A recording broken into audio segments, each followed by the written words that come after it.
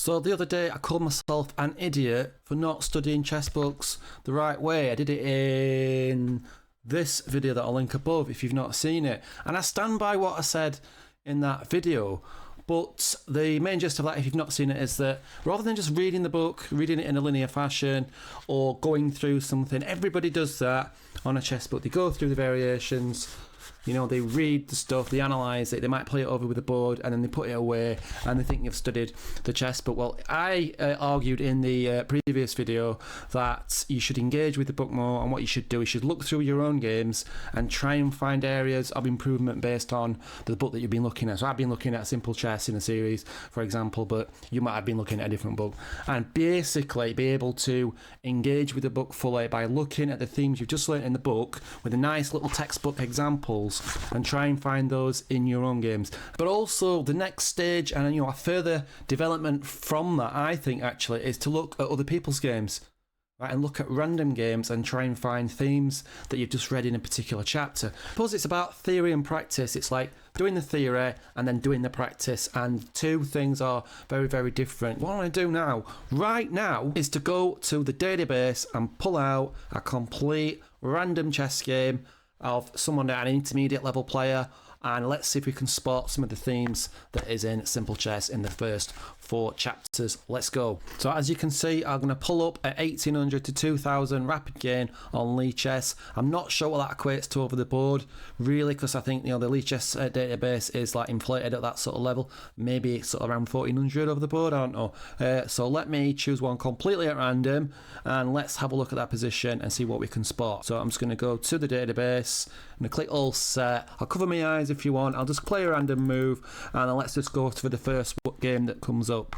So all I'm going to do is edit the thing off the screen and make the screen a little bit bigger, and let's have a look at that game. Right, there we go. I've just cut that off and made that a little bit bigger. But I have no idea what I'm going to get on this. It could be fantastic, it could be crap, but we'll find out. So what I would do here, I've gone to a complete random game. It's an intermediate level player, and I'm going to flick through very, very quickly first just to get an overview of what's going on. This is what I would do. Oh, so some sort of system set up. Right. Ooh, okay. So already we've got something interesting. We've got some, different sort of structures. Well, let's just flick over that. Different pawn structure set up. Opposite side castle in. And let's just get to it. See the overall flow of what's happening in the game. So black is launching a kingside attack, and the threat is just to take here, so white steps out of the way. We'll go back over slowly, and ouch, yes, so that's the end of the game in that position. So what I did actually there, I'm just going to cut that bit out for you because it's quite boring, so I flick through really, really quickly, and then I go through a little bit slower just to get like an overview of what's happening in a random game, and I'm looking for things that is in this book. So I'm looking at what I've looked at, weak pawns, we've looked at the outposts, open files, and what else? This is the thing, I don't even remember what I've studied, it's just ridiculous. So the introduction, we looked at, what was the other bloody thing?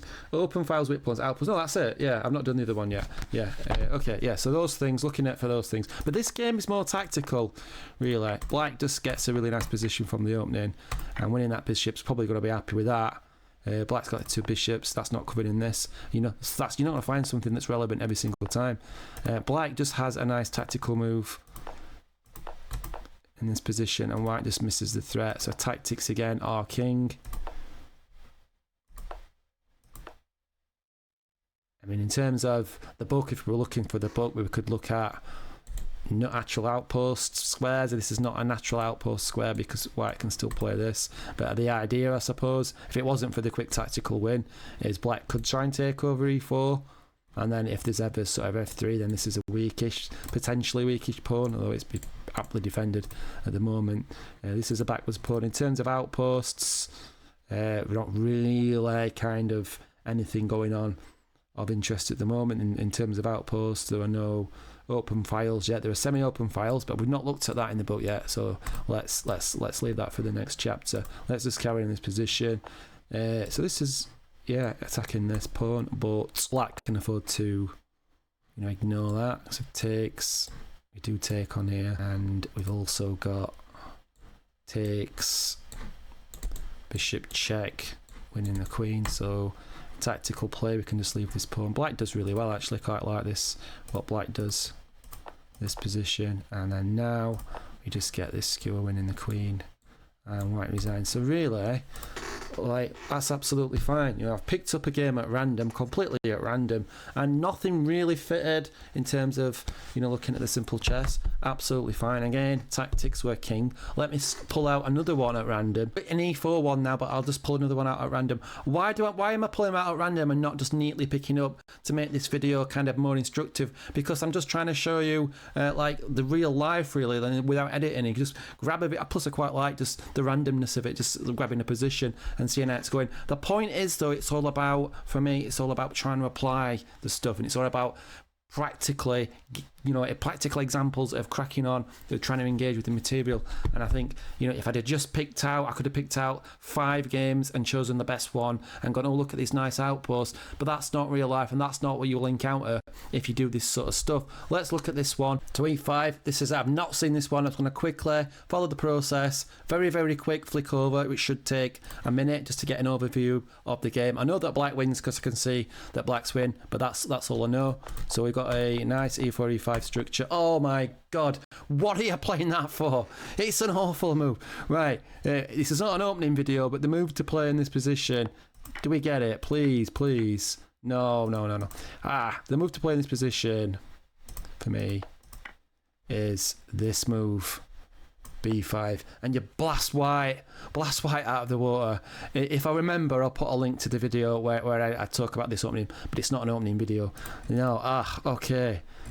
Oh, I hate knight g5 in that position. Alright, so we get this, you know, horrible thing, and this is just a tactical mess. This is not the sort of stuff we're interested in. This is real life, and this is about, you know, applying stuff that you actually do. I'm not even looking, I'm just flicking through this game. Yeah, this is crazy.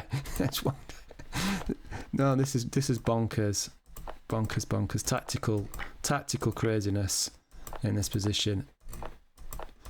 Oh, right. There's no way I'm looking over that game. It's been a long day. I'm not looking over that one. Next e4 game. Let's try again. Like, this is the first white wins in that position, in that, you know, that selection. And let's try here. Let's quickly flick over this one and see if this one is not chaotic like that one. Bishop opening. Goes after bishop, takes, open files. Alright, so this might be quite useful. I'm just thinking in terms of the book, really. Whoops. Christ.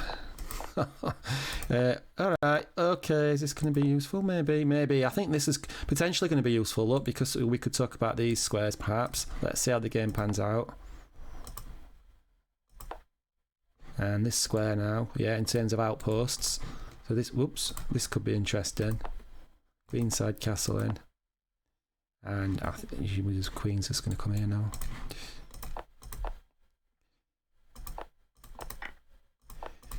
Oh, we're just going to get a queenside massacre.